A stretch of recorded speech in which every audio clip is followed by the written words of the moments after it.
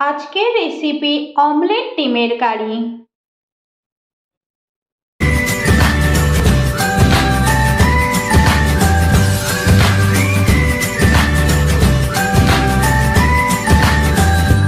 নমস্কার বন্ধুরা, অপরাজিতাস কিচেনে আপনাদের সবাইকে স্বাগত। আশা করি আপনারা সবাই ভালো আছেন। আজ আমি অমলেট ডিমের কারি বানাবো। কিভাবে কোনো বাটা মশলার ঝামেলা ছাড়াই খুব সহজে এই ডিমের কারিটা আমি বানাবো তা দেখে নিই। অমলেট ডিমের কারি বানানোর জন্য আমি এখানে 4টে ডিম নিয়ে নিয়েছি। এই ডিমগুলোকে একটা বোলের মধ্যে আমি ফাটিয়ে নেব।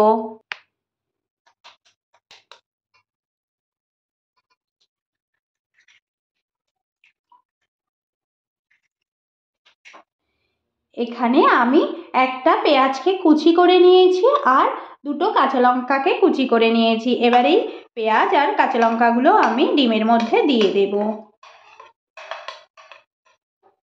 পরিমাণ মতো লবণ দেব। এবার সবগুলো একসঙ্গে ভালো করে মিশিয়ে নেব। আমি এখানে একটা কড়া বসিয়ে গরম করে নিয়েছি। কড়াইটা গরম হয়ে গেছে। এবার আমি 2 চামচ সাদা তেল দিয়ে দিলাম।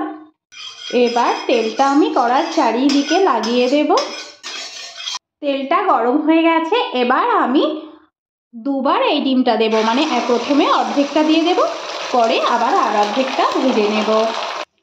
এটা ভীষণ সহজ একটা রেসিপি।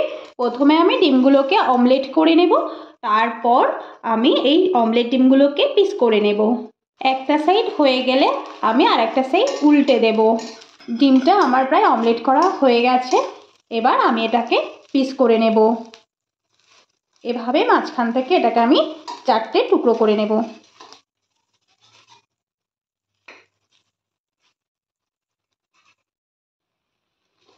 এভাবে আমি 4টে টুকরো করে নিলাম ডিমটাকে কেটে।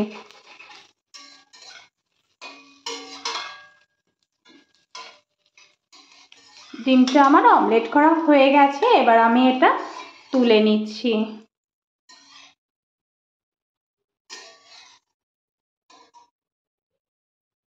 একই রকম ভাবে আমি বাকি ডিমটারও অমলেট বানিয়ে নেব। একই রকম ভাবে আমি ডিমটাকে উল্টে দেব। একই রকম ভাবে আমি আবার ডিমগুলো টুকরো করে পিস করে নেব।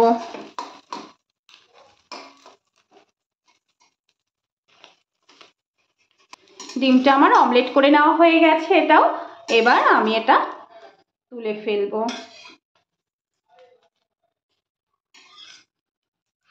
এবার এই কড়ার মধ্যে আমি পরিমাণ মতো সরষের তেল দিয়ে দেব। আমি এই রান্নাটা বাটা মশলার ঝামেলা ছাড়াই রান্না করব, সেই জন্যই আমি এখানে কিছু মশলা কুচি করে নিয়েছি। একটা বড় পেঁয়াজকে কুচি করে কেটে নিয়েছি, 4-5টা রসুন কোয়াকে কুচি করে নিয়েছি, আর আদা কিছুটা কুচি করে নিয়েছি, টমেটো একটা কুচি করেছি, কাঁচা লঙ্কা কুচি করেছি। এবার আমি একে একে তেলটা গরম হলে তার মধ্যে দিয়ে দেব। তেলটা গরম হয়ে গেছে। এবার আমি এই তেলের মধ্যে পেঁয়াজগুলো দিয়ে দেব।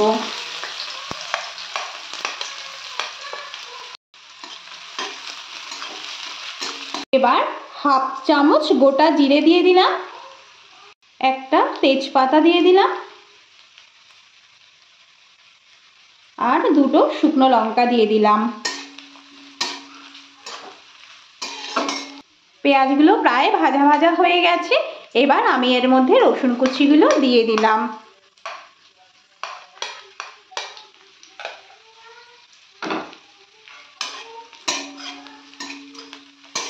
রসুন আর পেঁয়াজ থেকে ভাজা গন্ধ ছাড়লে আমি এর মধ্যে কেটে রাখা কাঁচা লঙ্কাগুলো আর আদাগুলো দিয়ে দিলাম। এগুলো একটু ভাজা হয়ে গেলে এর মধ্যে আমি একটু লবণ আর হলুদ দিয়ে দেব। গ্যাসের ফ্লেম আমি লো টু মিডিয়ামে রেখেই মশলাগুলো ভেজে নেব। এবার মশলাটা প্রায় ভাজা হয়ে গেছে। আমি এর মধ্যে 1/2 চামচ লবণ দিয়ে দিলাম, 1/2 চামচ হলুদ গুঁড়ো দিয়ে দিলাম, 1 চামচ জিরে গুঁড়ো দিয়ে দিলাম। এবার আমি এই মশলাটাকে আরেকটু ভালো করে কষে নেব। মশলাগুলো খুব ভালো করে আমি ভেজে নিয়েছি। এবার আমি কেটে রাখা টমেটোগুলো দিয়ে দেব।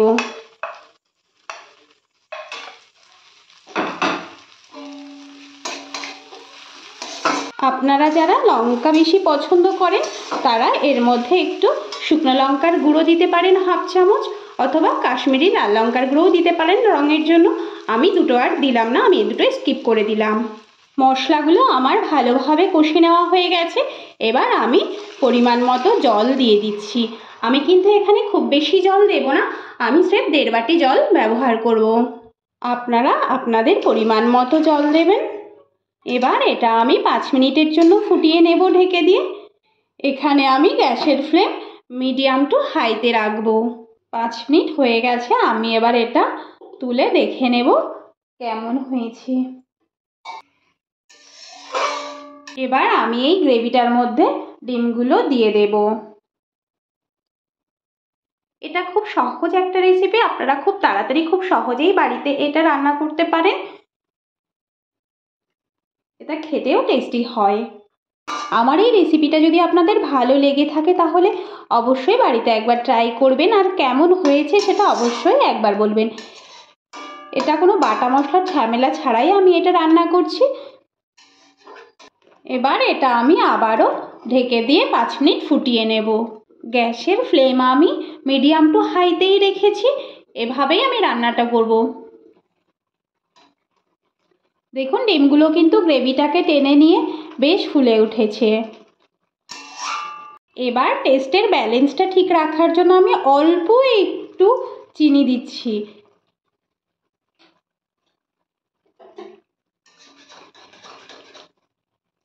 একদম অল্প একটু চিনি দেব, আর লবণটা যদি লাগে তো লবণটা অল্প একটু দেব, বেশি দেব না, কিন্তু আমি এখানে ডিমটা লবণ দিয়েই ভেজেছিলাম।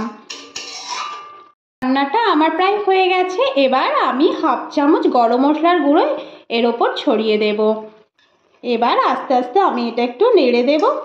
হয়ে গেল আমার অমলেট ডিমের কারি।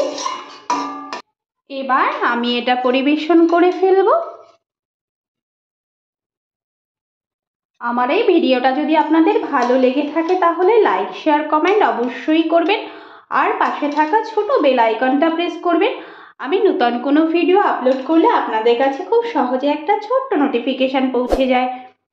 হয়ে গেল আমার অমলেট ডিমের কারি।